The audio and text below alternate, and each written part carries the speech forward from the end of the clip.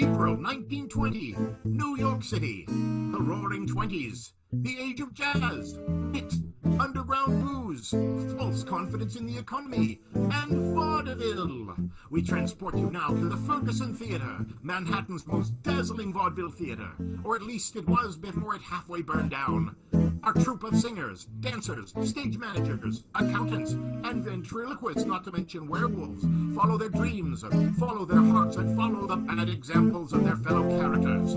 Some will find success, some will find failure, some will find love. They will lose that love, then remember where they left it and find it again and lose it again. But some, my friend, I'm sorry to tell you this, some of these characters will DieNasty!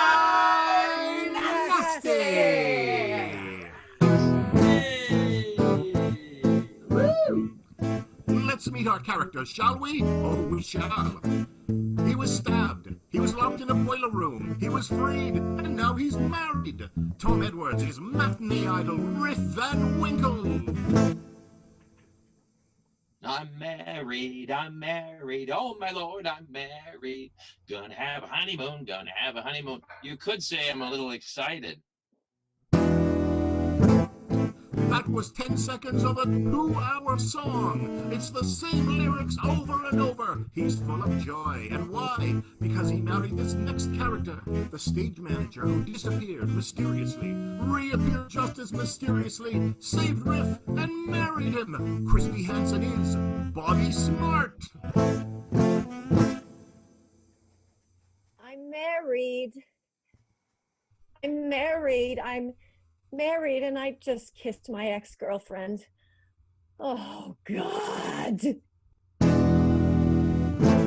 That, for you music students, is the difference between a major and a minor key. Speaking of that just-kissed ex-girlfriend, when Bobby Smoke left the ceremony, she ran into, and I mean ran into with her lips, Stephanie Wolf as Juniper Jones.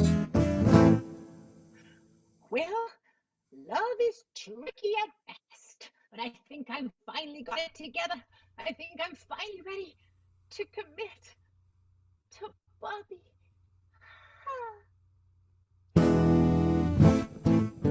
The problem is they're married, and it's super official. Because you know who married them? The Hollywood leading man and silent film director. Mark Meir is Lou Tellegen. People often ask me, Lou, you are a matinee idol, a successful Hollywood writer and director. Why are you performing in a small vaudeville theater? Well, I answer them, there is nothing that compares to the thrill of slumming it in front of a live audience. Oh, we all wish we were slumming it in front of a live audience, but here we are on video. Lou is still married, or is he? Or isn't he? Or is he? I don't know. His wife has been, the woman who's also slumming it on vaudeville, making eyes at a certain theater manager, Belinda Cornish, is Geraldine Farrar. I always tell the truth. But you might have to listen really hard to hear it. And who's she been making eyes at? None other than the manager of the theater, the man whose theater and heart are both equally scorched. Jason Hardwick is Keaton Abbott.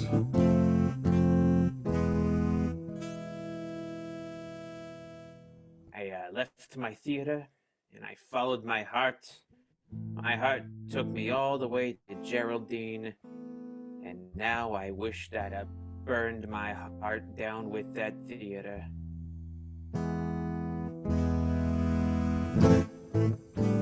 This next character fought and then declared his love for a ghost. So much love. The mustachioed strong man who rocks a tight onesie. Vince Forcier is Barnaby Top-Bottom. Yes, I fought a ghost, and for the first time, I feel like I won. This'll be a really interesting story to tell at family gatherings. He's an impresario, a radio star, a millionaire. Yes, he's a vaudevillionaire. Matt Olden is Jack Potts. Hey, okay, Well, first of all, I've done something terrible recently. I stabbed a person, but the person who I stabbed, I only stabbed him because he wanted me to murder someone. So I decided I wouldn't murder someone, but I stabbed him out of frustration, then ran away, then saw a ghost, realized that the afterlife does exist, so now I'm running back to see him so he doesn't turn into a ghost and come back to me. What a Wednesday. That was 10 seconds from a 2-hour explanation. And now let's talk about werewolves. Putting the like in lycanthrope. The straight-talking werewolf, Mark Meir, is Stephen. Werewolf? I'm right here! Solid. If he had a Padawan, it would be the arsonist werewolf and sassy, adorable ragamuffin Zip Zab Zoom. Shannon Blanchett is Pluty Scamsingus. They say there ain't nothing worse than being an unpaid underage laborer in the theater in the 1920s. And you know what I say to that? Try being a lycanthrope during puberty. 2 episodes ago, she was bitten by that very Pluty. She wrote a letter to her true love, Lou Costello, and left forever for 1 week. Now she's back. She's Delia Barnett as Daisy Darling. Help me. Someone help me. Being mauled by a wolf is a very bad look for me.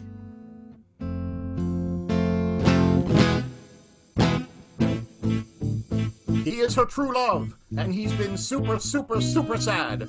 The accountant, master of spreadsheets, sufferer of poetic romantic suffering, Jesse Gervais is Lou Costello. My mother always said, if you love something, you set it free. And if Daisy Darling comes back to you, she was yours. And if she doesn't, hunt her down and kill her.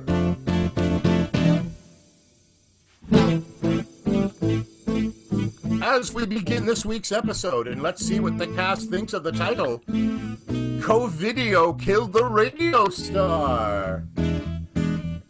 Solidly indifferent to that title.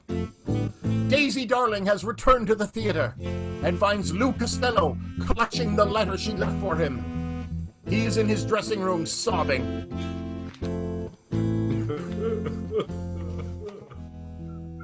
Daisy. Oh, Daisy. Your bubbly cursive is so feminine. And I still smell it. Is that a downy ball? How do you dry your clothes? Where do you get this stationery from? Lou? Daisy? Are you in my mind? No, I'm right behind you. Oh, Jesus! You scare me. Daisy, I don't know if anyone's ever with me anymore. I must say, I'm feeling a little bit beside myself and alone. You're back. Yes, I managed to crawl out of my change room at the Pantages, and I had this overwhelming desire to look for you, to find you, Lou. Daisy, what happened to you? Your face. I know. I was attacked, Lou. Really? Please, let me pour you some of this beautiful white wine. Oh, that would help so much. It's a tradition in the theater. Here, I'll pass it to you now. Thanks, Lou. You're so welcome. Oh. Lou, I've missed you. I've missed you too. I've missed everything about you. Even though now you are so horribly disfigured from dog bites, I still see the inner you. You do? Yes. Love is so much deeper than lacerations. Even though you've lacerated my heart. Oh, Lou. Oh, Daisy. Missing you has stung more than all the iodine in all the world. I know. Someone's poured salt all over my wound. I'm a slug in the garden and I'm shriveling up. What are we gonna do? Can this relationship go on? Well, I don't know. For the first time in our lives, neither one of us has the right or the power to fire the other one. We're finally on equal footing, Lou. Oh, well, not really. I still make a lot more money than you. That is true. That will be like that for a very, very long time, I imagine. But one day we will be equals. Let me take you by the beautiful face. Yes, Lou? Oh, look at you. I'm gonna squish your cheeks together. I could kiss you, Daisy. But I can't. Why not? As long as we still work together. Who's that? Daisy, I have to go.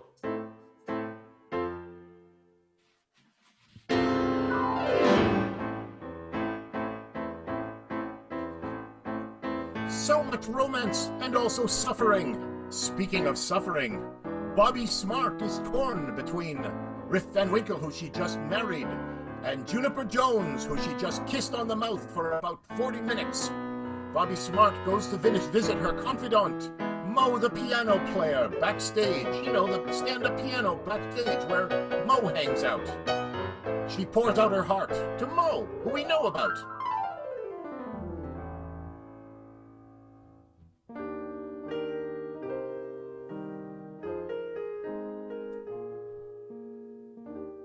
Oh. Oh. I did it hey again. there. What are you talking about? It's so good to see your face. I thought everything was fine. Give me a drink. Give me a drink, Mo. I need a drink. Well, if you don't mind sharing mine, I'll give you some of mine. Here we go. Right. Oh. Yeah. So tell me, little one, what's going on? Why the little brown frown between your pretty eyebrows? I've done it again. I can't decide what I want. Oh, sweetheart, just follow that great big heart of yours. I can tell you one thing. Maybe hold back from making any big commitments right now. Mo, I got married. You what? I married Riff. You know, it was one of those things. You know, we were in a life and death sort of, pandemic situation, and feelings got heated. Oh, dear. Well, and then I saw Juniper. Oh. And Well, how did it feel between the two? When you saw your husband, where was your heart? And when you saw Juniper, where was your heart?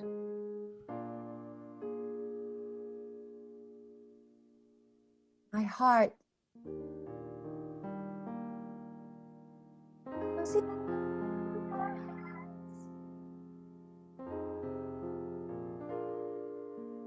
both their hands. How can a heart be held in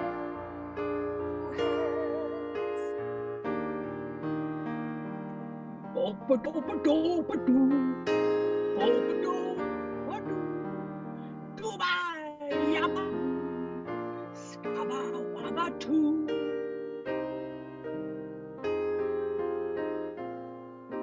You got yourself in a pickle, girl. But I'm going to tell you one thing that I know about you. And that's that whenever you say the word Juniper Jones, your eyes light up bigger than frying pans. So just think on that.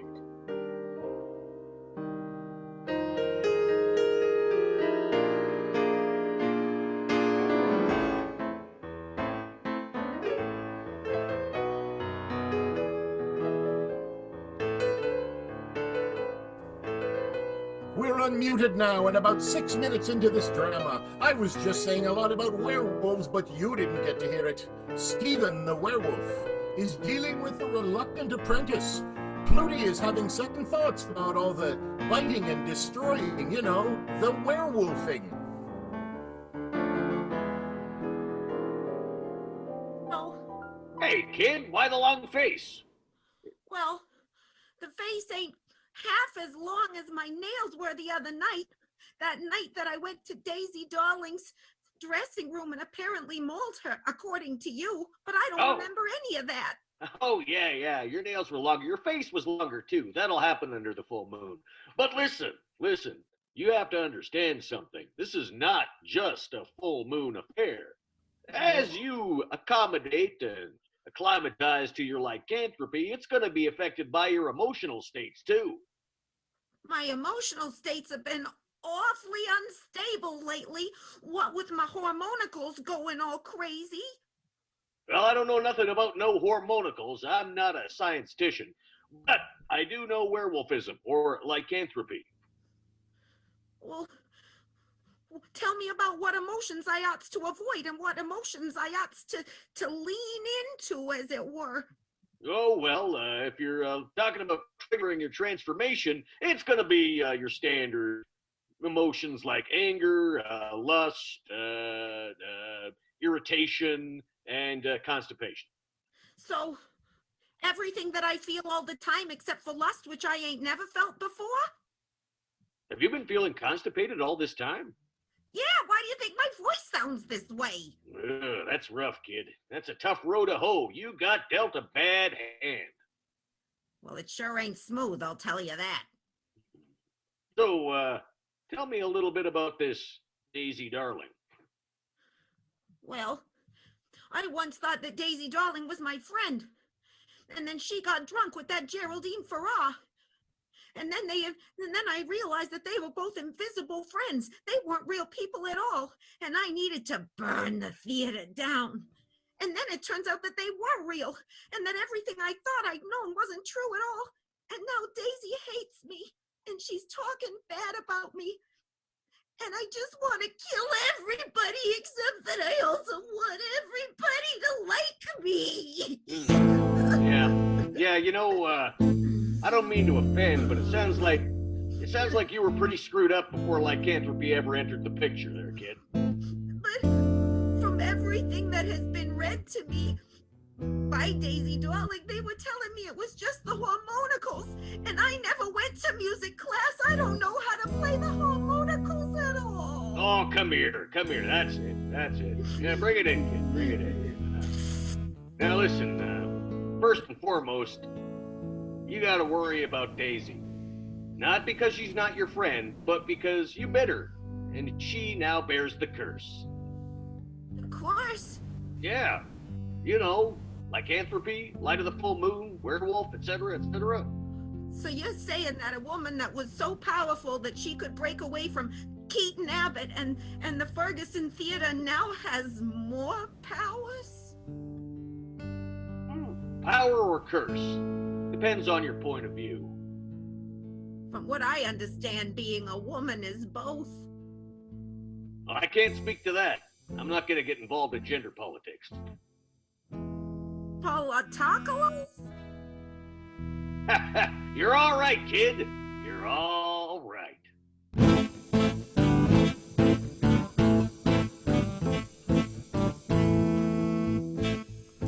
You know who's not all right? Jack Potts ran from the strange ghost in the theater. He's running down the streets of New York when he runs into Riff, who he most recently stabbed. But Riff, of course, is delighted because he just got married. What an interesting reunion this will be.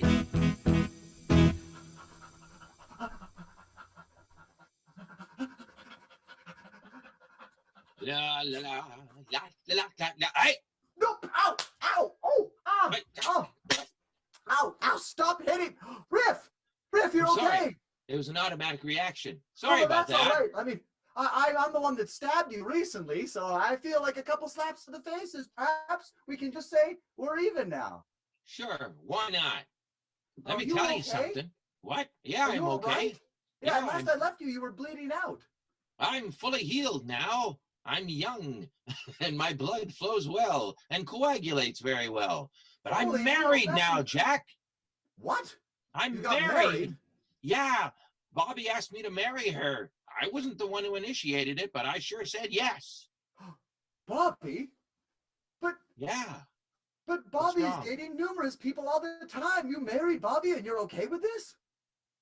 Well, I figure she's committed to me now, and she's going to stop all that. That's what I figure. What do you figure? Oh, I think that you're in for a world of hurt. If you think being stabbed 7 times was tough, I predict 7 weeks with Bobby Smarts as your wife could end up in more pain. Well, I'll tell you something. Anybody who comes near her, I will challenge. Well, if that's what's going to happen, I do this for your own good. What? Stab! I'm so sorry. I think I speak for the whole audience when I say, finally, another stabbing! Barnaby Toughbottom, conflicted over his love for the ghost he previously fought. And Keaton Abbott, conflicted over his possible running away with Geraldine. Meet up in the bar, and over drinks they talk about love, and they ask many questions and answer them, maybe musically.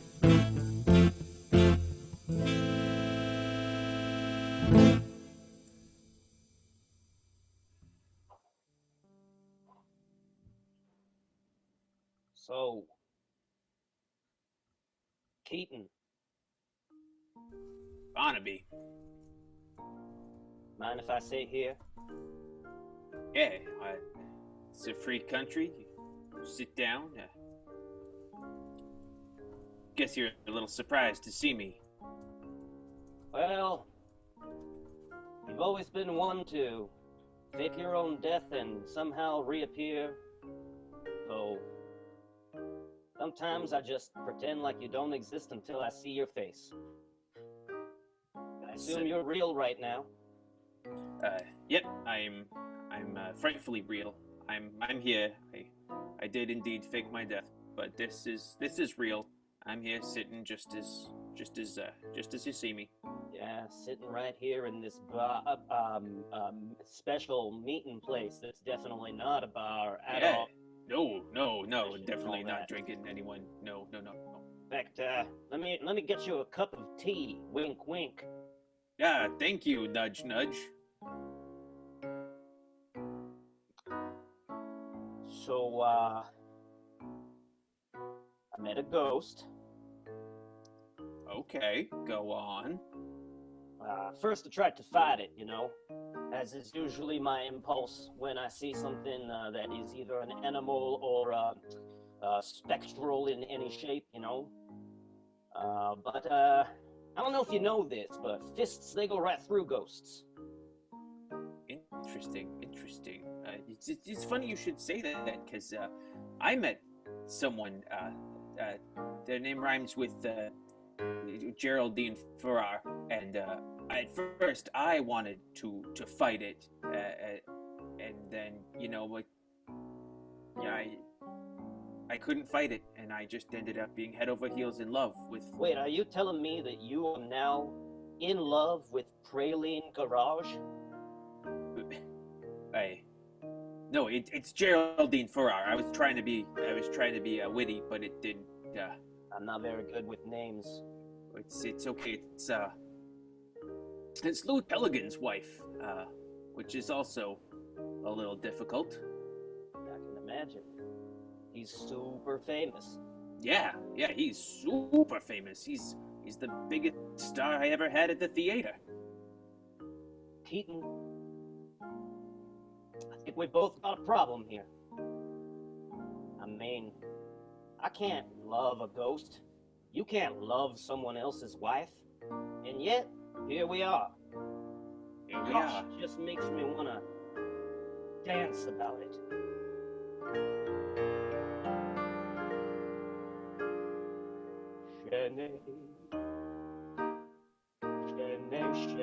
Shene, four in a row. That's what I did.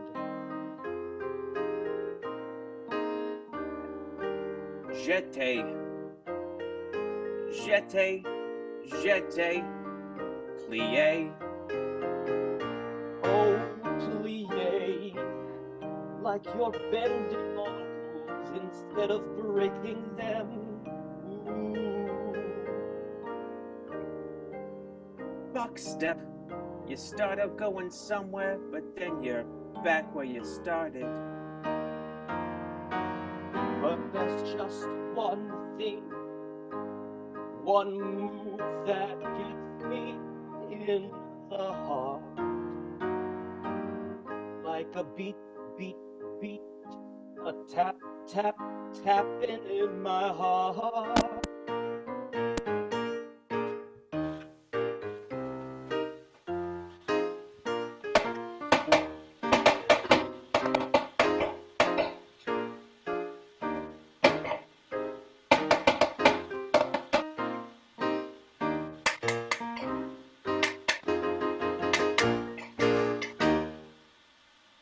I think we're gonna be able to figure this out, Keaton.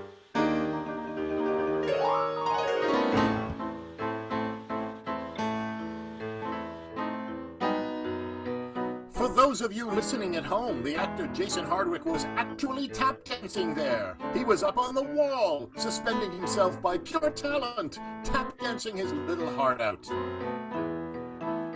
What about the troubled, on again but questionable marriage of Geraldine Farrar and Lou Pelican? It's time they had a little conversation, and they do.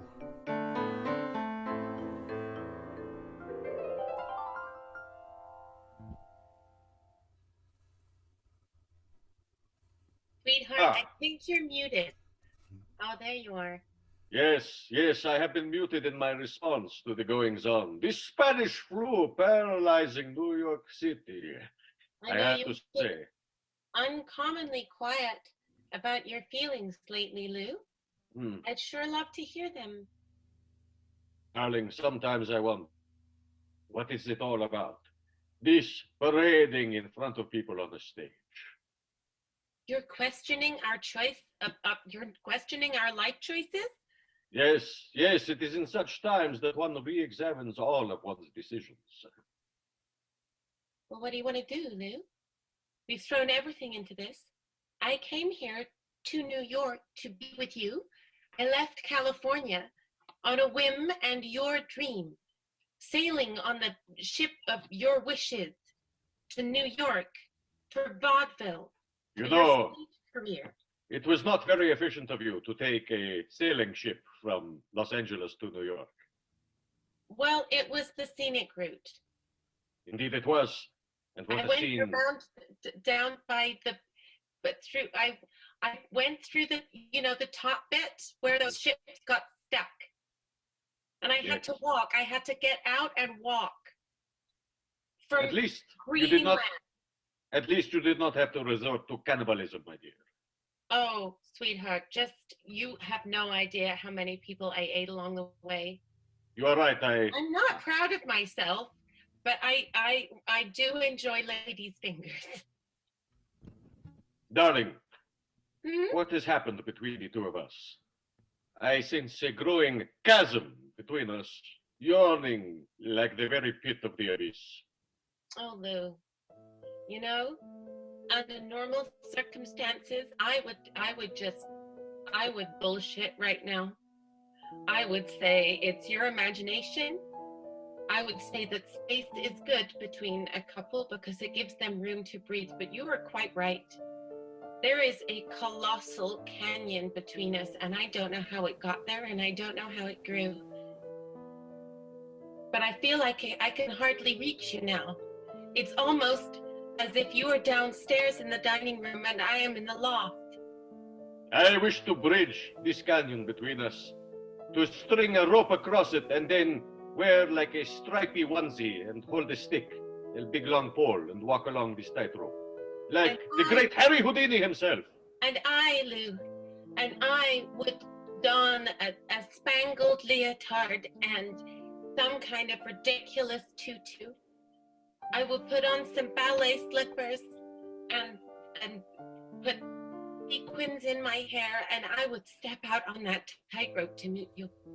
We will meet in the middle of the tightrope over the yawning chasm of our relationship. Perhaps one of us should bring a chimpanzee or a small dog or something as well, because that will liven up the act. Like this one? Yes, like that one. And then, as has always been thematic of our relationship, we shall reunite, clutching each other above an abyss that is deep and deadly, and if one of us lets go of the other, then we are sure to fall. My darling! Hold on. If we can only hold on to me, Lou. Hold on to me. My darling! I'm tired of these metaphors. I must hold you in real life. Come, come. Yes, come into my arms. Yes. Oh, Lou. I am holding you now, very I am close. being held now by you, Lou Tillotson, and I feel safe in a way that I never otherwise feel safe. And, wait, what is that smell? I detect the odor of another man's cologne. Oh, Lou! No, Lou! No! I leave the room in a rage now.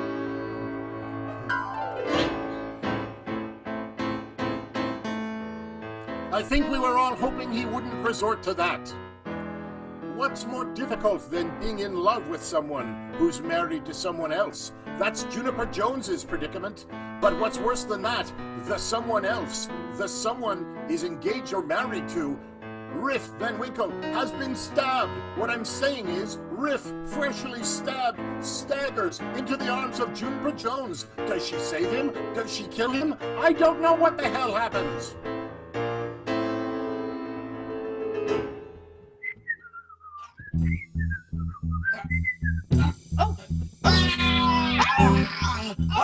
Help me! Help me! Help me! Juniper! Juniper! I've been stabbed again. That blood spurting all out of you from all over the place. Quick, stick your thumb in. Oh, stick your thumb in there, like to stop it. Something. Oh, it keeps coming out. Oh, yeah. Sorry. Here, I'll stick my own thumb in. I've got a bigger thumb. Oh. Listen, there. you gotta breathe less so you lose less blood. Breathe less. Yeah, I'm hold your breath. panicking. I'm breathing more because I'm panicking. I'm panicking, Juniper. Well, you know what? When I took first aid, they said if you're panicking, you should hold your breath. Yeah, hold it. Are you okay? Well, oh, dear. Not working. Okay, You gotta no. get me to a doctor. You gotta get me to the hospital, quick. It's okay. I'm a trained first aid nurse. I can make you all better. Here. Wow, what I a don't day. I get married to Bobby and now I get stabbed. So it's true then. The What? rumors. What? That you're married to Rumors? Bobby? Yeah, I got married to Bobby. It's the Yeah, no, happiest I day heard of my that. life. Oh, I'm so good. Well, you know what? If this happens to be the last day of your life, I'm so What? glad for you that are so happy. What are you saying? I'm saying that I'm trying my best to help you out here. Oh, listen, I'm going to throw you over my shoulder like a fireman, Carrie. And I'm going to bring you to the hospital because I don't think I can pain, live the with agony. myself if you died by me alone.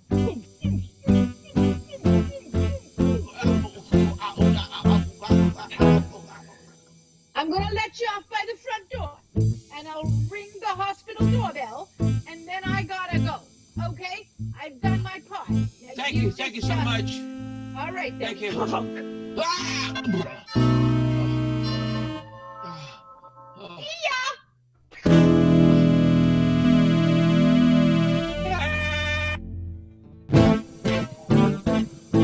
Riff lies bleeding outside the hospital. And who should run out and find him but the world's worst volunteer candy striper, Jack Potts? Who hired Jack Potts to work in a hospital? I don't know, but it can't have been a good idea.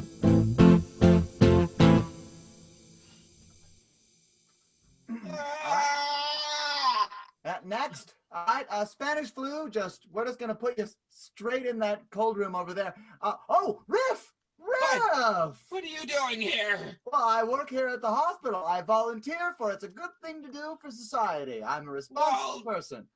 Help me! You stabbed me! Help me! Somebody I've got like this you one. stabbed me! I know his wounds. I'm the one that gave them to him. Come on, Quick. bud. I'll take you to the stabbing ward. Come here. Come on, let's put you over my shoulder. And we'll just sit you down on this gurney. You know what I'm better at than stabbing, buddy? What? Sewing people up. Oh, ow, oh, ow, oh, ow, oh, ow, oh, ow. Every time you get stabbed, do you not admit that you get a little stronger and you learn a lesson? That sounds like a song to me. It's like my mother used to say when I was very young. Sometimes in life, you gotta get stabbed by a knife. That happens sometimes in life. The knife teaches you a lesson. That's right. And sometimes the knife, it goes really deep, and it gives you some time to think and steep on things you could do to be a better guy. Come on, try. Getting stabbed can make you a better person. Getting stabbed can make you a better guy. Sing it. Getting stabbed can make you a better person. You got it stabbed. Can make you a better guy. You try. Go. Oh, I'm not too sure what I'm supposed to learn here, but I know I'm learning. Oh, I want life so bad, and Bobby, I'm a yearning. I know I'm supposed to learn something that I did wrong, but I was carried here and chewed. Sometimes in life you gotta get stabbed. Oh yeah. Person. Sometimes in life you gotta get stabbed. Be a better Hold it! What? Why did you stab me? What am I supposed to learn from this? I was married, I was happy, and suddenly you're telling me I shouldn't be happy? Well, I wanted you to rethink your life and just ask this one basic question. Do you think in your very short time of marriage that Bobby Smarts hasn't kissed at least 1 to 7 ex-boyfriends and girlfriends? Just asking. Well, no, I don't think she didn't. I mean, I know she does, but, you know, why should she do it now that she has me? If you don't know that, should I get the knife out again? No.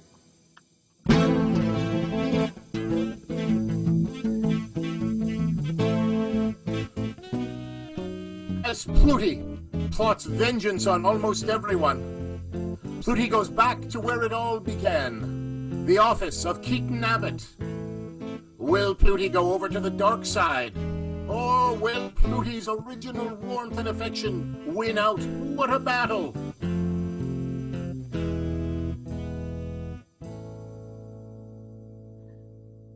Well, Keaton, I know it's a bit weird because you're not here. And while I haven't seen your body, I'm fairly convinced that you have gone to the great dog park in the sky. I miss you. And then I'm so angry at you. And then I want to hug you. And I want to smoke a children's cigarette. I don't know how to feel, and I wish you were here to help me. Yeah. I'd prefer that you not smoke, Pluty. Oh, it's like I can hear your voice telling me not to smoke and go to school and learn to read. And where did you get all that money, Pluty? Yeah, these are things that I keep on telling you. Every day I just want you to wake up, stop smoking, go to school, and answer me where you got all that money from. Well, if you was here, I would tell you that I will smarten up, and I will go to school, and I will learn how to read. And I got all that money from Kitty, who sent it with me from Los Angeles to try to buy your theater and sell it out from under you, so that you would go back to LA and crawl back to Kitty. She wanted me to come back? Why do you care if you're just a ghost? Turn around, Flutie. Oh, Keaton! Oh, Keaton, damn it, I could just...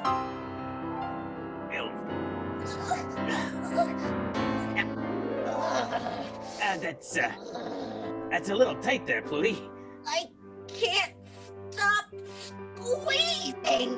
Flutie, you're hurting me. Oh!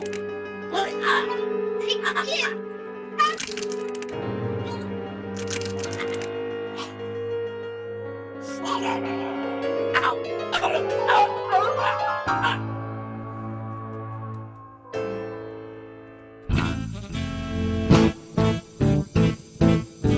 What was that? Is Keaton Abbott still alive? Is Keaton Abbott barely alive? Was Rudy just chewing some celery and it sounded like breaking bones? Tune in next week to find out. But first, some unfinished business. Last episode there was confusion about Barnaby Topbottom and people with very similar names, Barnaby Strongbottom and Barnaby Softbottom. And so several of those characters meet now.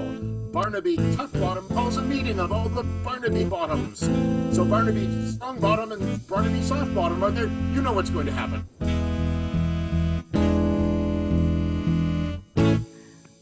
All right, bottoms up, boys. Bottoms up, yeah, to the Bottom family. To the Bottom family. Now, I know that we're all just essentially cousins, but I've always thought of you like brothers. Yeah. Even though my last name is Toughbottom. And my last name is Softbottom. And we can all trace our family lineage back to the days of the Bottom family, and they all branched into 3 different brothers, one with a strong bottom, one with a tough bottom, and one with a soft bottom. A different story for another day. Very true. Well, we all know this. Why are we saying it out loud? Well, we do it every year. We get together and we just say why the bottoms exist. But you called this meeting, dear cousin. Why? Yes, why? Well, hold on. There's someone else I'm seeing walk through the door right now. Did somebody order a pizza? It's here. I've got Mark Pearson's pizza. Do we have a Mark Pearson in the house? Oh, yeah, that's the alias I use when I don't want people to know that I'm Barnaby Toughbottom. I go by Mark Pearson. Why would you use such a bizarre pseudonym? It's sort of a respect thing. I've got this old friend who once was able to count a lot of dogs for me. Well, whatever you're counting, can you count out some dough so I can go on to my next delivery, please, Mark? I've got it. I'm a plumber and a barista. There you go. You know, Pearson is actually from the old name about a guy that used to sit up on top of a tower and peer, and that had a son, Pearson, and then he'd mark things on a map. Mark Pearson. Why, thank you so much. Now I know a little bit more from whence I came. Your tip is part of history. And I tip my hat to you. What All a right, nice young Bottoms. person. Yes, what is it, Barnaby? I've got a bit of a problem going on here. Huh? I've got a friend, see? And this friend is in love with another man's wife. And I may need to do something about that situation. Why would you involve yourself in such chicanery? Well, this is a very important friend who I thought was dead, and, well, he's back, and I owe him. But if you're enacting the Bottom code, then we have to call the answer the call. Yes, we have to call the answer. We have to do it then. If you want us to get this guy, We'll do it. I already tried to kill Lou Tellegen once in an episode a long time ago. I don't want to go back down that road. Lou I just want you Tellegen? guys to make him disappear. You know Lou Tellegen? He's my favorite actor. Oh, So you might the be a act- bit oh, I close love to that this guy. soft bottom. You can count on us, Barnaby. We'll do what's necessary. He will die. I don't want to hear any of the details. Just get it done. It involves plumbing and some No, toilet paper. I don't want to Hold on, hear hold on, any hold of the details. Just get out there. And so the Barnaby squad is dispatched to deal with Lou Tellegen. I hope that Lou doesn't befall any harm, and also that one guy says Barnaby a bunch more times. But in the meantime, Bobby Smart is making difficult decisions about her life, and so is Geraldine. They go for a stroll in Central Park and talk about their conflicts and their terrible decisions.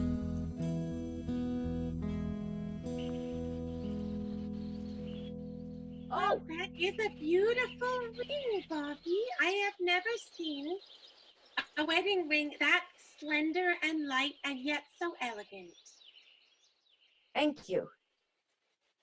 Yeah, it belonged to Riff's mother, who died horribly. Oh, how did she die, if that's not too personal to ask? Well, I believe she fell off a bridge, and then she was horribly mauled apart by sharks. Oh my goodness. By river sharks?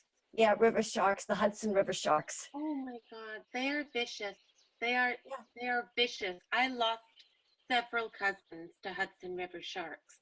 Yeah. And also some good friends who just happened to annoy me at the time. I pushed them. I regretted it. Let's not talk about it. Yeah, that's probably for the best. That's how the sharks want it. So listen, you seem just a little too brokenhearted for a new bride. What's going on? Oh, you're gonna think I'm crazy. Try me. Geraldine, do you think it's possible to be in love with two people at the same time? Yes. Well, you answered that really quickly. I guess it was too quick, hey? Should I? Okay, wait, ask me again.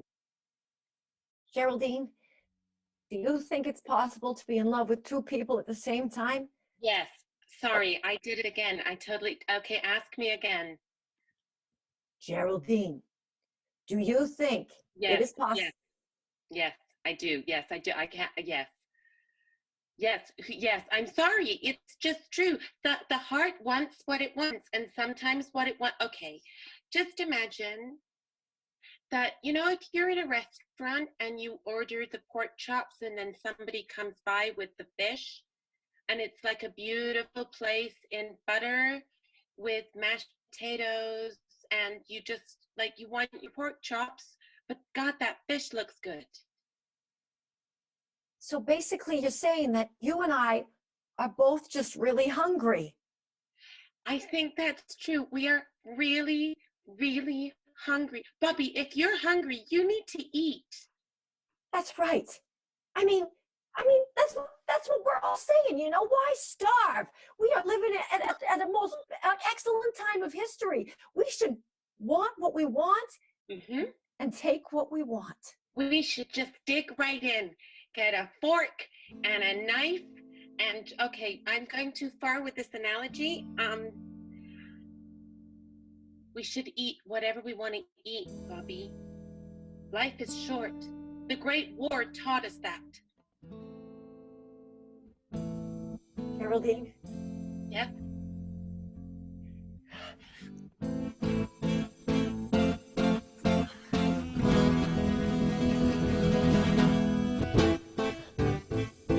Wow, it's true what they say about Bobby Smart's every single scene. Lou Costello and Daisy Darling go tell Keaton Abbott that they're in love and they're not going to fight each other anymore. What they don't know is he's been at the receiving end of a werewolf mauling. Well, Daisy, are you ready to do this? Are you ready to take the big plunge? I I think so, Lou. I'm excited and truthfully a little nervous. Once we do this, there's no turning back. Do you want to press the doorbell button, or shall I? I will. Here it goes.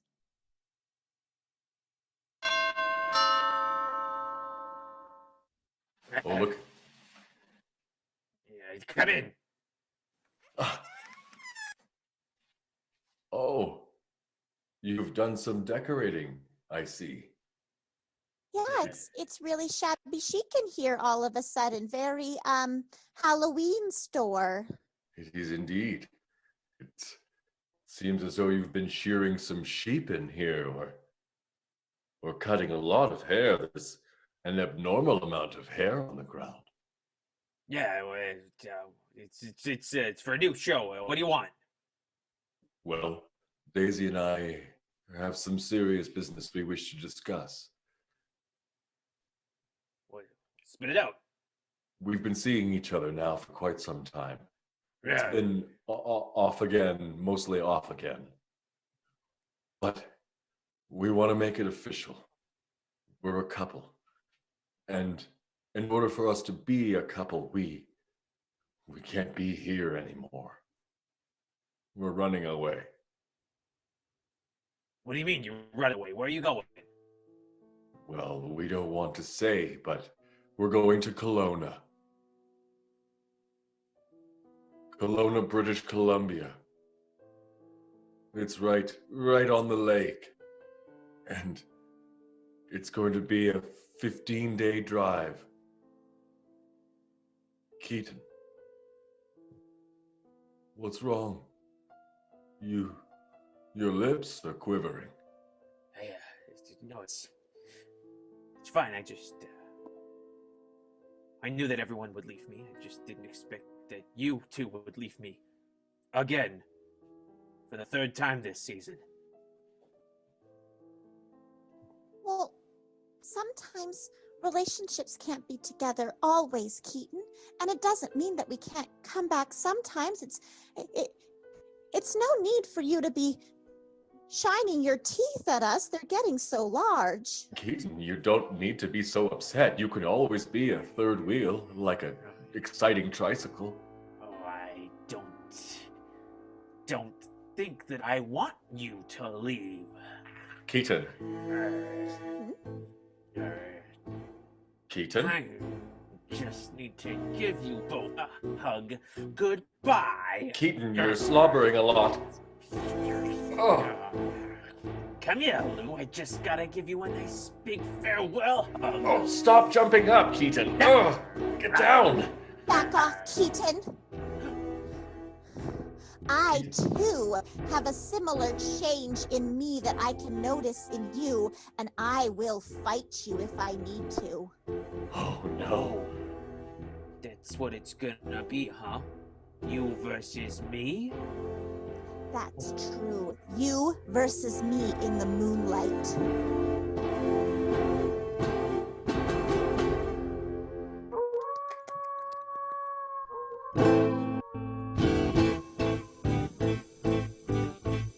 And that'll do it. That's right, folks. Next week's episode is going to start with a good old werewolf fight, assuming it's in 2 more weeks. Special thanks to our viewer Mark Pearson, who we couldn't say enough about, who played Spot the Dogs a few weeks ago, and that's why we talked about him for 5 minutes. Here is the cast of DieNasty. Let's all do a cheers, everyone. Cheers. Thanks to our producer, Nicole Thibault. Lighting, wigs, and amazing sound effects by Brad. 3+2 Arms Fisher. Our photographer is Jana Hove. Our scribe is Mr. Jim Say. Musical direction, recording, mixing, piano playing, guitar, some vocal work, and edits, should they be needed, is the amazing Paul Morgan. For now, see you next time.